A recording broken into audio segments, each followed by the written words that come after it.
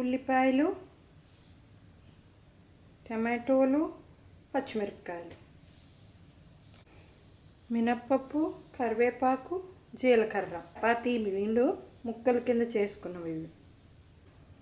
Oil వేసుకుంటున్నాను, జీలకర్ర వేసుకున్నాను, కరివేపాకు వేసుకుంటున్నాను, పచ్చిమిరపకాయ వేసుకుంటున్నాను, మినప్పప్పు వేసుకోవాలి.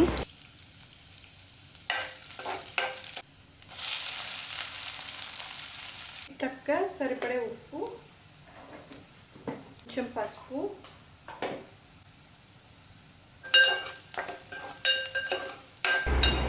ధనియాల పొడి, మసాలా పొడి వేసుకోవాలి. అలాగే టమాటాలు కూడా వేసుకొని బాగా కలుపుకోవాలి.